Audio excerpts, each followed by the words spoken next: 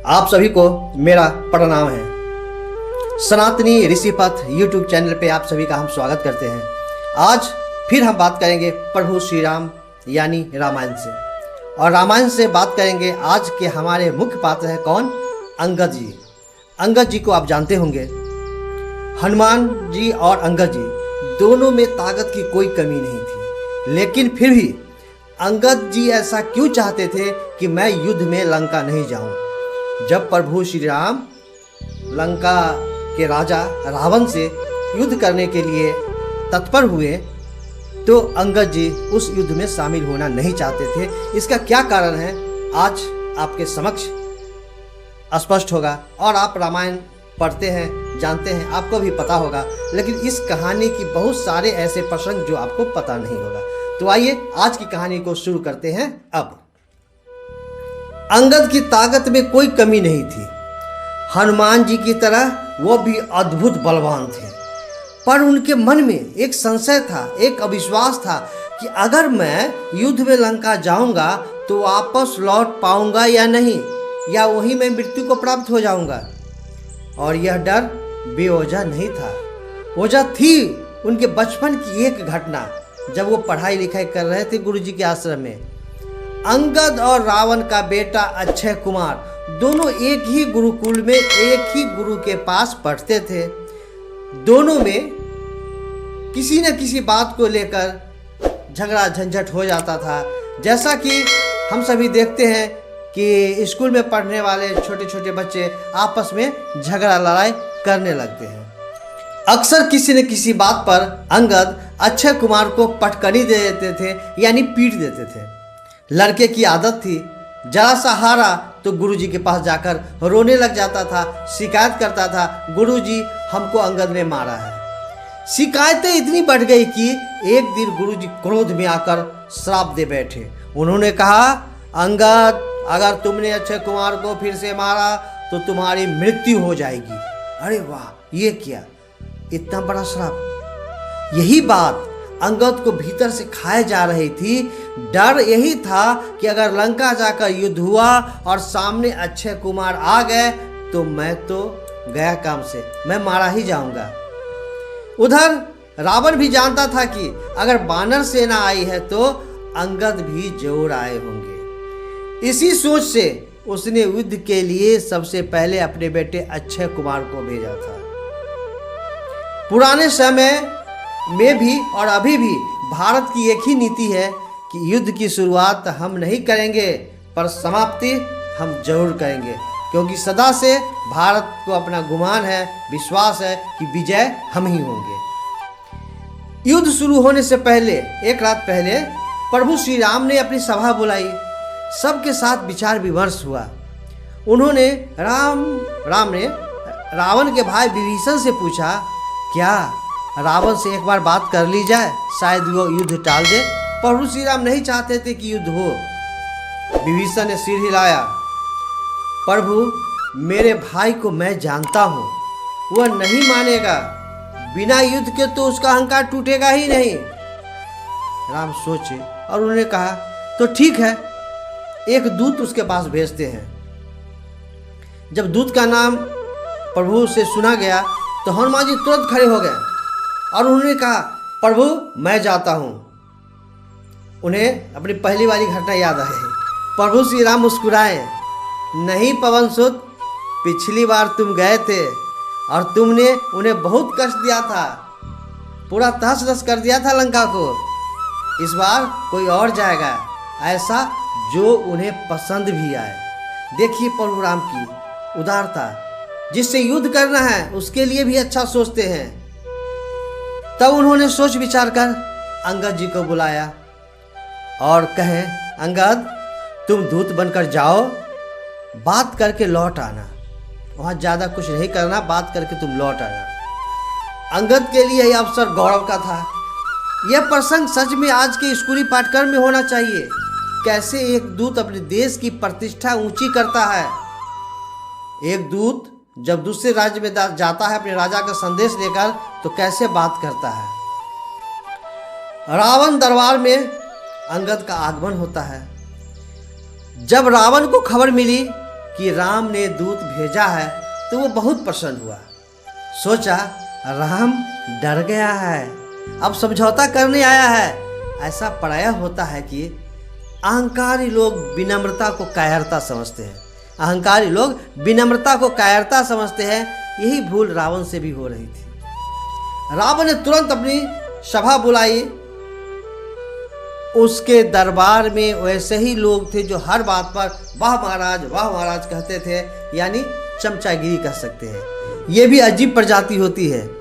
भरे बर्तन में ही चम्मच घूमते हैं और जब खाली हो जाता है निकालते निकालते तब वो छन छन करने लगता है। ऐसे चमचे से बच के रहना चाहिए हमें। अंगद अंदर आए। रावण ने तिरस्कार भरे स्वर में पूछा, कौन हो तुम, क्या नाम है? अंगद ने शांति से कहा, मैं श्री राम का दूत हूँ, नाम अंगद कुमार है। किसके पुत्र हो? बड़ी विनम्रता से अंगद ने कहा, महाबली बाली का। रावण को याद आ गया। उसका चेहरा बदल गया। यह वही बाली है जो 7 बार हमें, यानी रावण को याद आ गया कि पराजित कर चुका है और अपने कांख में दबाकर उसने समुद्र का 7 चक्कर लगाया था रावण को। रावण तो रावण था। उसने कहा, कौन बाली? उसने कहा, अंगद ने, भूल गए, याद नहीं है? मैं उसी बाली का पुत्र हूँ जिसने आपको कितनी बार हराया है और अपनी कांख में दबाकर सागर के 7 चक्कर लगाए थे। रावण झेप गया। बड़ा ही हंसते हुए कहा, अच्छा वही बाली है, वो तो मेरा मित्र था। लेकिन बताओ समुद्र तुम कैसे पार किए? उसे विषय बदलना था ना। तो उसने कहा, रावण ने कहा कि समुद्र कैसे पार किया? अंगद भी हंसे और कहा, जैसे एक गाय माता कीचड़ को पार करके किनारे पहुंच जाती है वैसे। रावण को यह बात चुभी, पर वह बोलता क्या। ठीक है, अब बताओ यहाँ क्यों आए हो? रावण का कहना था, ठीक है, अब बताओ यहाँ क्यों आए हो? अंगद ने हाथ जोड़कर कहा, आप मेरे पिताजी के मित्र हैं तो मेरे चाचा श्री हुए। आज के परिवेश में अंकल जी, मैंने रुपया चुराने वाले चोर को देखा है, सोना चांदी चुराने वाले को भी देखा है, पर वो चोर कभी नहीं देखा जो किसी की पत्नी को चुरा ले, उसी को देखने आया हूँ। अब सभा में खुसर फुसर होने लगी। रावण का चेहरे का रंग उतर गया, पर उसने अपने स्वर को स्थिर रखा और कहा, बेटा तुम मेरे मित्र बाली के पुत्र हो, इसलिए एक सलाह देता हूँ, राम को छोड़ दो और मेरे साथ आ जाओ। जंगल में रहने वाले का क्या मुकाबला मुझ जैसे राजाओं से। मैं बलशाली हूँ, पराक्रमी हूँ, मेरे साथ रहोगे तो चैन से जियोगे। अंगद मंद मंद मुस्कुराते हुए कहा, बिल्कुल सही कहा आपने। कहाँ वो और कहाँ आप? रावण ने दरबारियों को देखा और घमंड से कहा, देखा मान गया मेरी बात। अंगद ने आगे कहा, बिल्कुल सही कहा आपने। कहाँ वो और कहाँ आप? उनके एक बानर ने समुद्र पार कर लिया, राम के बानर ने समुद्र पार कर लिया, और आप उनके भाई लक्ष्मण द्वारा खींची एक रेखा भी न पार कर सके। कहाँ वो और कहाँ आप? उनका भेजा बानर आपके पूरे राज में पकड़ में नहीं आया, उल्टे समुद्र पर पुल बना गया। फिर अंगद कुमार कहते हैं, कहाँ वो और कहाँ आप? उनके भेजे हुए बानर के पूंछ पर आप अपना सारा तेल लगाकर आग लगा दिया, पर उस बानर की पूरी पूंछ भी नहीं जल पाई। उस बानर ने अधजली पूंछ से आपकी पूरी लंका जला दी। कहाँ वो और कहाँ आप? सभा सन्न रह गई। देखिए, दूत ऐसा ही होना चाहिए जो अपने राज का मान प्रतिष्ठा बढ़ा कर रखे, सामने वाला से इस तरह बात करे कि बिना युद्ध किए ही उसे लगे कि मैं तो पराजित हो गया। ऐसे थे हमारे अंगद कुमार। गौर करेंगे तो हम पाएंगे कि राम और रावण का यही एक अंतर है। ध्यान देंगे तो आप पाएंगे कि राम और रावण का अंतर यही है। एक के लिए समय का सदुपयोग, संयम और धर्म ही सबसे बड़ा बल है, दूसरे के लिए अहंकार और वासना। आज की दुनिया में भी यही मायावी खेल चल रहा है। रावण की माया आज की एआई है। एआई जानते हैं ना, एआई जैसी है।